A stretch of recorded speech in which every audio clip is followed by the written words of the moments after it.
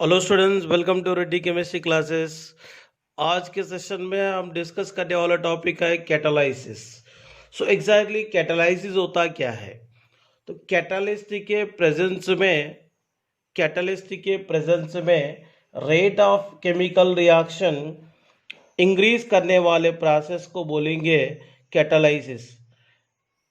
It is the process of increase of it is the process of increase of rate of chemical reaction rate of chemical reaction rate of chemical reaction in presence of catalyst is called the catalysis process. Exactly what is mean by catalyst? What is mean by catalyst? A catalyst is a chemical substance. Catalyst is a chemical substance that alters the rate of chemical reaction without being consumed in the reaction.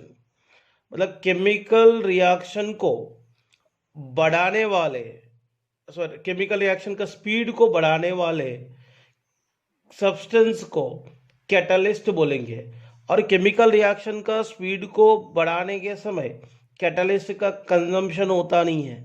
Such type of chemical substance है, यहाँ पे catalyst माना जाता है। सो यहाँ पर generally अपन समझेंगे catalyst के कैरेक्टरिस्टिक्स क्या क्या हो सकता है। तो मैं पहले आपको समझाना चाहता हूँ कैटलिस्ट की कैरेक्टरिस्टिक्स। पहला कैरेक्टरिस्टिक मैं आपको समझाना चाहता हूँ, a catalyst does not initiate a reaction. It will only alter the rate of a reaction. तो मतलब पहला पॉइंट आप समझने की कोशिश कीजिए, a catalyst does not initiate a reaction. तो केमिकल रिएक्शन को इनिशिएट करता नहीं है। It will only alter the rate of reaction. It will only alter the rate of reaction. Second point, catalyst is not consumed. Catalyst is not consumed in the reaction and is chemically unchanged.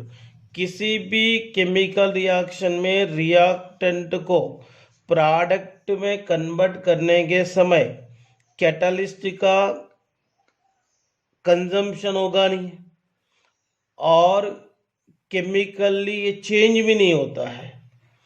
Next one, small amount of the catalyst is generally enough to change the speed of reaction. तो catalyst क्या करता है, chemical reaction की speed को change करने के लिए काम में आते हैं।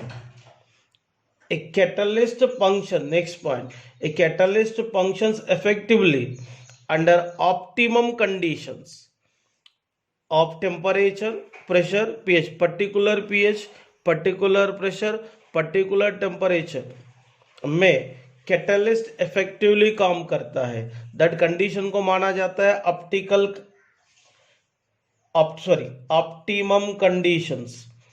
ऑप्टिमम कंडीशंस माना जाता है। ऑप्टिमम कंडीशन में कैटलिस्ट इफेक्टिवली काम करेंगे। Next point, in reversible chemical reaction catalyst does not alter the position of chemical equilibrium, but it only helps to attain the equilibrium quickly. अगर मान लीजिए यहाँ रिएक्टेंट प्रोडक्ट में कन्वर्ट हो रहा है, ये फॉरवर्ड रिएक्शन हो गए, ये प्रोडक्ट रिएक्टेंट में आने वाला प्रोसेस बैकवर्ड रिएक्शन हो गए। मतलब जिस केमिकल रिएक्शन में रिएक्टेंट प्रोडक्ट रिएक्टेंट में कन्वर्ट होता है, सच केमिकल रिएक्शन को रिवर्सिबल रिएक्शन माना जाता है। ये रिवर्सिबल रिएक्शन में रहने वाले केमिकल इक्विलिब्रियम का पोजीशन को चेंज नहीं कर सकता। मतलब किसी भी रिवर्सिबल रिएक्शन इक्विलिब्रियम पोजीशन में जल्दी जाने के लिए ये कैटलिस्ट सपोर्ट करेगा, कैटलिस्ट सपोर्ट करेगा। सो ये है मतलब कैरेक्टरिस्टिक्स ऑफ द कैटलिस्ट है। और यहाँ पे और एक है some substances increase the activity of catalyst, these are called catalytic promoters.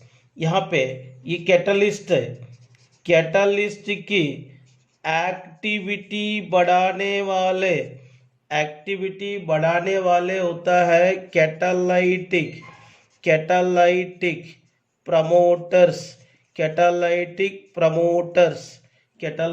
Promoters. For example Haber's process में N2+3H2 मिलकर क्या बनाता है, NH3 बनाता है। इसमें आयरन कैटलिस्ट होता है, मॉलिब्डेनम, ये मॉलिब्डेनम क्या होता है, प्रमोटर होता है। क्या होता है, प्रमोटर होता है। इसका मतलब कैटालाइटिक प्रमोटर क्या करता है, कैटलिस्ट की एक्टिविटी बढ़ाता है। और एक कैरेक्टरिस्टिक मैं आपको समझाना चाह रहा हूं। और कैटालिस्ट की सरफेस एरिया जितनी ज़्यादा होगा उतना इफेक्टिवली काम करता है। इसीलिए कैटालिस्ट जो होते हैं पाउडर्ड फॉर्म में मोर इफेक्टिव कैटालिस्ट जैसे काम करेगा, क्योंकि क्रिस्टलाइन सॉलिड फॉर्म में रहा तो इसकी सरफेस एरिया कम रहेगा, मगर पाउडर फॉर्म में रहा तो इसकी सरफेस एरिया ज़्यादा होने के कारण बेटर कैटालाइटिक फंक्शन शो करता है। एंड और एक चीज मैं आपको समझाना चाह रहा हूं, some substances reduce the rate of reaction, these are called negative catalyst। मतलब कैटलिस्ट की एक्टिविटी को बढ़ाने वाले भी होते हैं, और कैटलिस्ट की मतलब आप मान लीजिए सम सब्सटेंसेस ऐसा होता है केमिकल रिएक्शन की स्पीड बढ़ाएंगे, सम केमिकल रिएक्शन की स्पीड को रिड्यूस करता है, वो क्या होता है, नेगेटिव कैटलिस्ट होते हैं। क्या होते हैं, नेगेटिव कैटलिस्ट होते हैं, वो पॉइजन है। ये क्या होता है, पॉइजन। मतलब क्या हो गया, कैटलिस्ट का एक्टिविटी को कम करता है। फॉर एग्जाम्पल देखिए, डिकम्पोजिशन ऑफ H2O2 के समय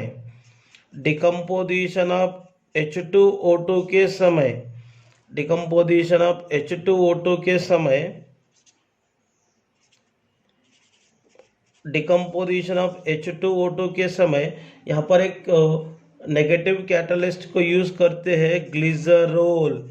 ये ग्लिसरॉल क्या करता है, यहाँ पे रेट ऑफ द रिएक्शन की जो स्पीड होता है इसको कम करता है। These are the important characteristics of the catalyst. तो आगे अपन डिस्कस करेंगे टाइप्स ऑफ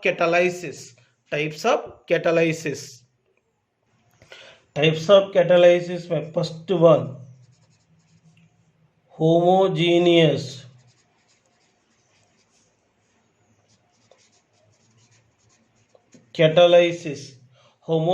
कैटालाइसिस मतलब जिस कैटालाइसिस रिएक्शन में रिएक्टेंट की फेस और कैटालिस्ट की फेस, रिएक्टेंट की फेस और कैटालिस्ट की फेस सेम रहता, सच कैटालाइसिस रिएक्शन को होमोजीनियस कैटालाइसिस मानते हैं। यहाँ पर देखिए, कार्बन मोनोऑक्साइड और ऑक्सीजन ये दोनों रिएक्टेंट है। रिएक्टेंट कौन सी फेज में है, गैसियस फेज में है। यहाँ पे यूज करने वाले नाइट्रिक ऑक्साइड का भी फेज क्या है, गैसियस फेज है। इसीलिए इसको होमोजेनियस कैटालाइसिस रिएक्शन बोलेंगे। और एक है केन शुगर की फॉर्मूला C12H22O11। सो देखिए यहाँ पर ये aqueous मीडियम मतलब ये भी लिक्विड मीडियम है, तो aqueous मीडियम में रहने वाले केन शुगर को वाटर के साथ हाइड्रोलाइसिस करने के समय aqueous H2SO4 को इस्तेमाल करेंगे। इसमें क्या मिलता देखिए, glucose and fructose, C6H12O6 C6H12O6 ये हो चुका है ग्लूकोज, और ये क्या है, फ्रक्टोज। देखिए यहाँ पर रिएक्टेंट का और कैटालिस्ट का फेज सेम है, इसीलिए ये होमोजीनियस कैटालाइसिस हो गए, next one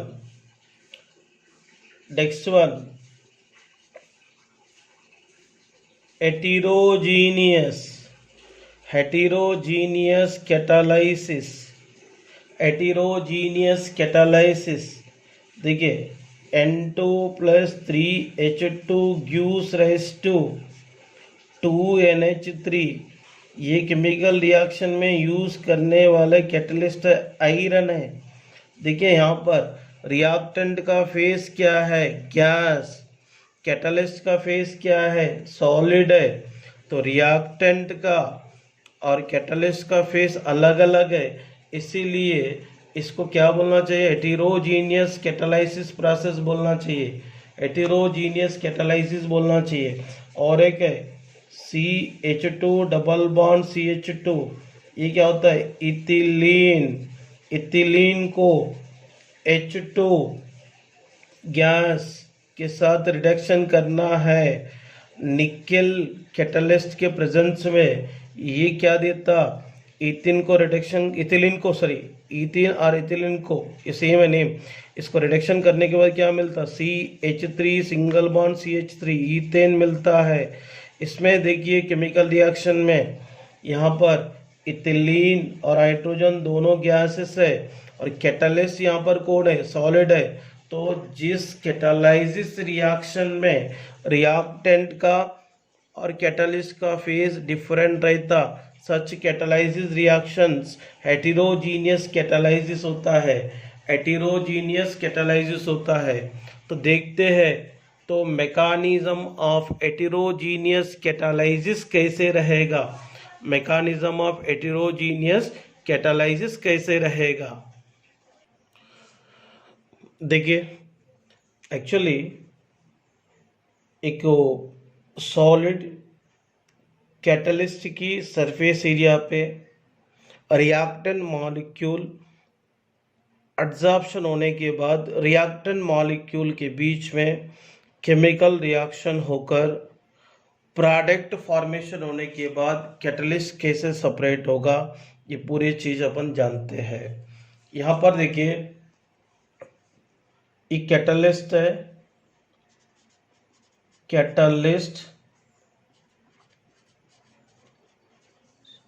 surface area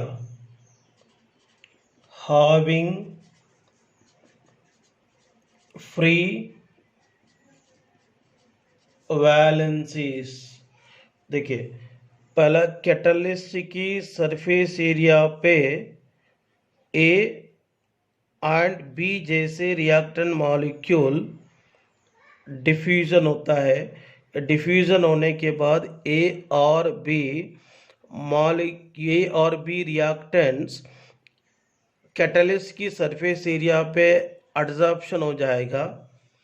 adsorption होने के बाद क्या होगा, धीरे धीरे ए और बी के बीच में बॉन्ड बनना चालू हो जाता ऐसा, और कैटलिस्ट और रिएक्टेंट के बीच में रहने वाले ये बॉन्ड ब्रेक होना चालू होगा।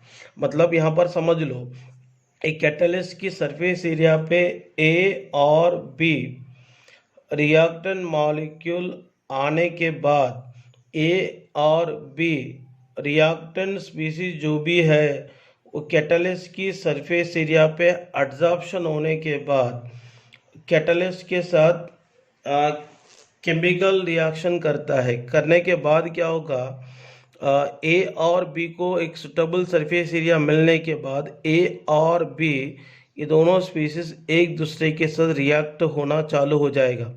ये रिएक्शन होने के समय रिएक्शन होते हुए ये कैटलिस्ट के साथ बॉन्ड को क्या करना चाहता है, ब्रेक करना चाहता है। तो यहाँ पर क्या मिलता है, तो जैसे जैसे ए और बी के बीच में बॉन्ड फॉर्मेशन होना चालू हो रहा है वैसे कैटलिस्ट और रिएक्टेंट के बीच में बॉन्ड ब्रेक होना चालू होगा। तो यहाँ पर एक इंटरमीडिएट फॉर्मेशन होता है। क्या फॉर्मेशन होता है, इंटरमीडिएट फॉर्मेशन होता है। ये इंटरमीडिएट फॉर्मेशन होने के बाद यहाँ पे ए और बी मिलकर ए बी प्रोडक्ट को फॉर्मेशन करने, ये और बी के बीच में बॉन्ड फॉर्मेशन होने के बाद कैटलिस्ट की सरफेस एरिया में से ये प्रोडक्ट क्या होता है, डिसॉर्प्शन होता है। क्या होता है, डिसॉर्प्शन होता है। डिसॉर्प्शन होने के बाद एक कैटलिस्ट अलग होगा और यहाँ पे ए बी प्रोडक्ट अलग होगा। इसमें कैटलिस्ट ए और बी के बीच में रिएक्शन करके प्रोडक्ट फॉर्मेशन करने के लिए मदद करा है, मगर कैटलिस्ट का क्वांटिटी पहले जैसा था, यहाँ पर प्रोडक्ट बनने के बाद उतने रहेंगे, इसमें कोई कैटलिस्ट की कंजम्पशन होगा नहीं है। ठीक है, मैं और एक बार शार्ट में समझा देता हूँ।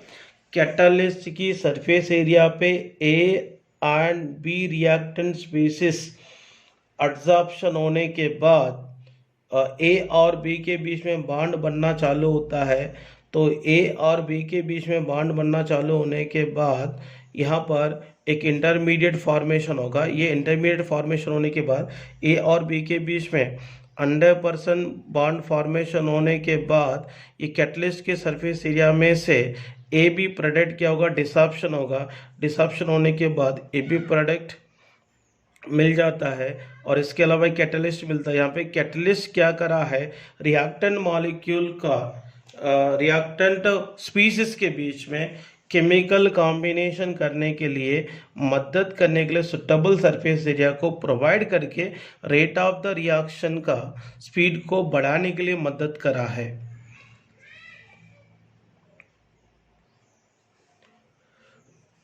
Important characteristics of the solid catalyst. First one, activity. Solid catalyst क्या करता है, generally chemisorption, strength of the chemisorption बढ़ाने के लिए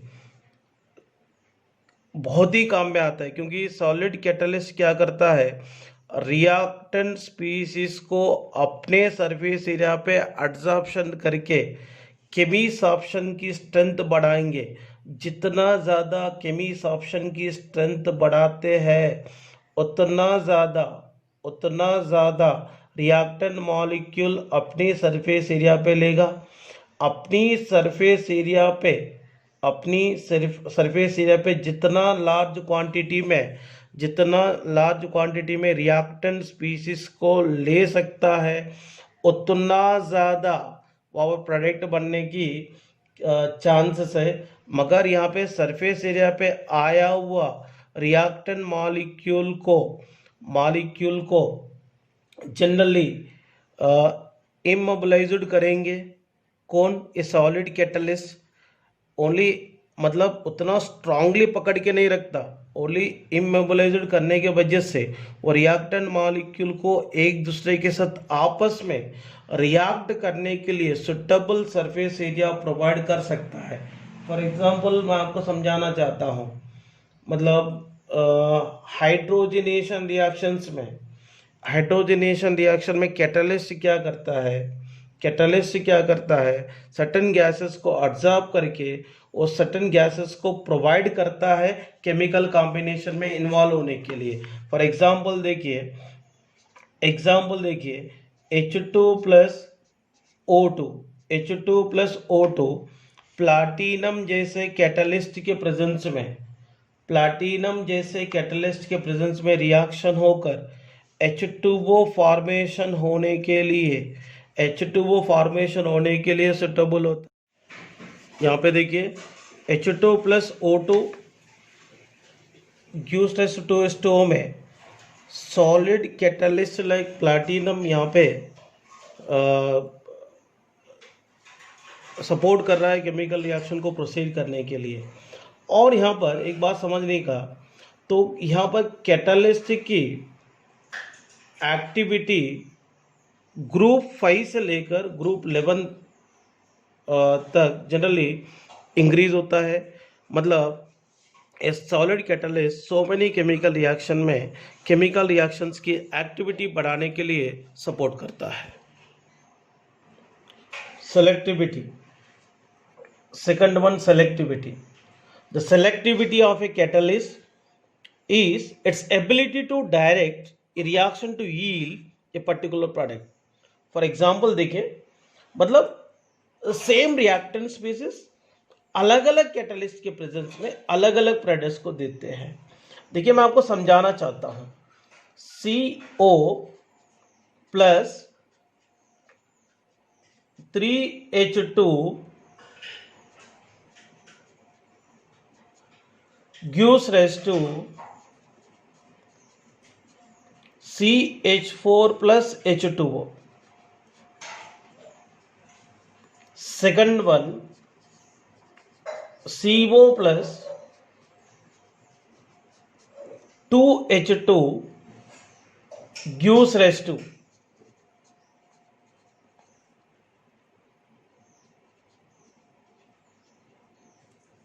CO प्लस 2H2। ये कैटलिस्ट के प्रेजेंस में क्या देता है, CH3OH देता है। तीसरा reaction CO plus H2 copper के प्रेजेंस में HCHO देता है। यहां पर देखिए ये 3 केमिकल रिएक्शन है, इसमें भी कार्बन मोनोऑक्साइड H2 है, इसमें भी कार्बन मोनोऑक्साइड H2 है, इसमें भी कार्बन मोनोऑक्साइड H2 है। कार्बन मोनोऑक्साइड H2 के साथ निकल के प्रेजेंस में रिएक्शन हुआ तो मीथेन गैस को प्रोड्यूस कर रहा है और H2O को। कार्बन मोनोऑक्साइड एंड H2 ये रिएक्टेंट के, ये कैटलिस्ट के प्रेजेंस में रिएक्शन होकर मेथनॉल को दे रहा है। CO प्लस H2 कॉपर के प्रेजेंस में HCHO दे रहा है। तो सेम रिएक्टेंट स्पीसीज अलग अलग कैटलिस्ट के प्रेजेंस में अलग अलग प्रोडक्ट को दिया है। इसका मतलब यहाँ पे कैटलिस्ट का सेलेक्टिविटी कैरेक्टर है, अलग अलग कैटलिस्ट अलग अलग फंक्शंस को यहाँ पर शो करता है। Next one,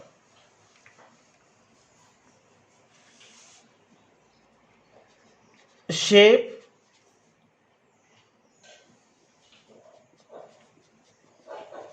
selective,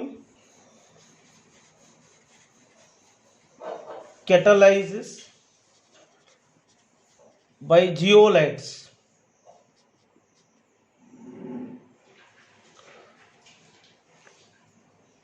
Actually shape selective catalysis by zeolites.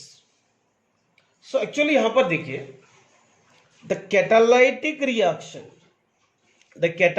reaction that depends upon the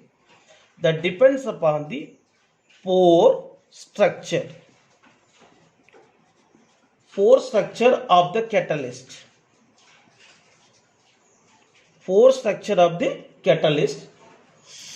and size of the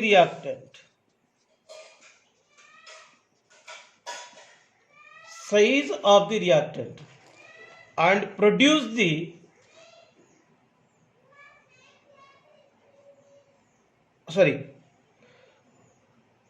size of the reactant and product molecule is called shape, selective shape selective catalysis shape selective catalysis. देखिए, the catalytic reaction that depends upon the pore structure of the catalyst and size of the reactant and product molecule is called shape selective catalysis.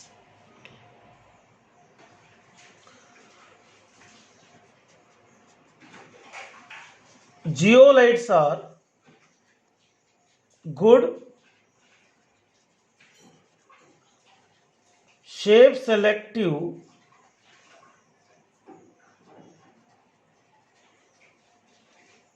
catalysts.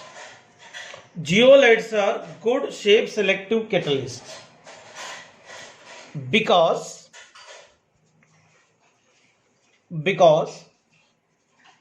of their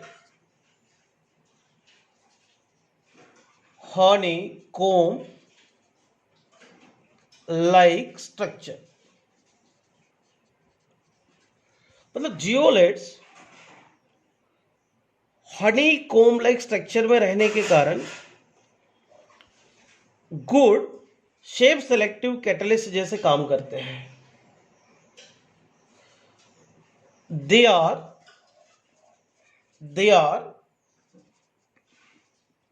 microporous. They are microporous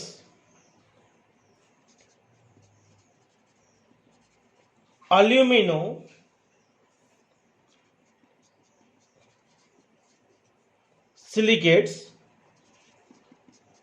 with 3D-dimensional network of 3D of silicates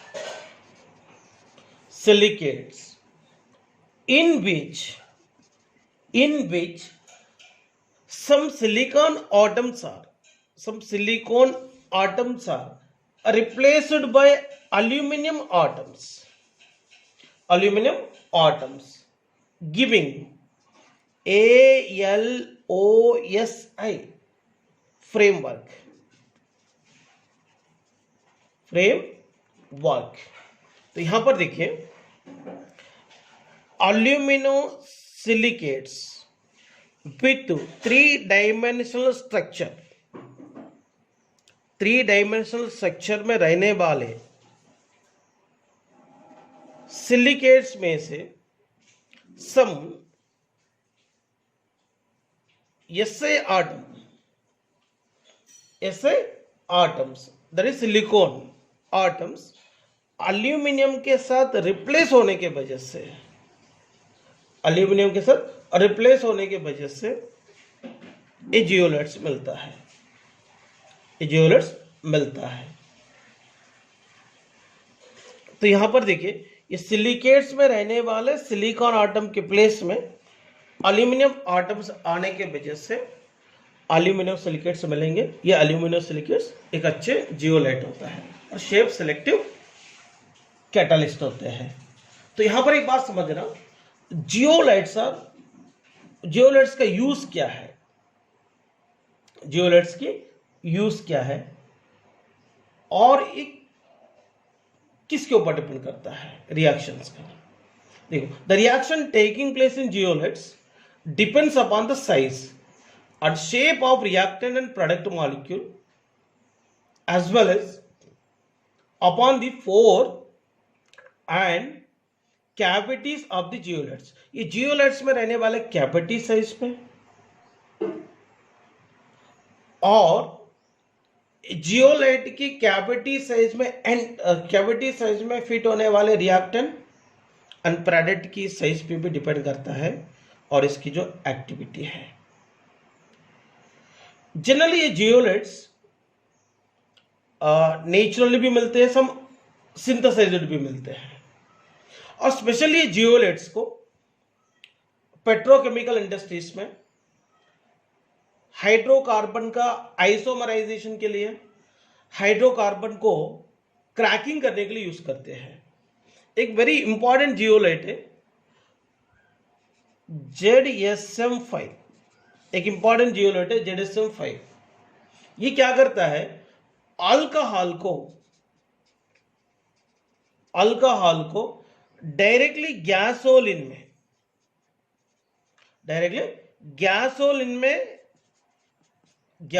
में convert करने के लिए काम में आते हैं। Alcohol को directly gasoline में कन्वर्ट करने के लिए काम में आने वाले very important zeolite ZSM5 zeolite. So these are the very important information regarding shape selective catalyst. Next one,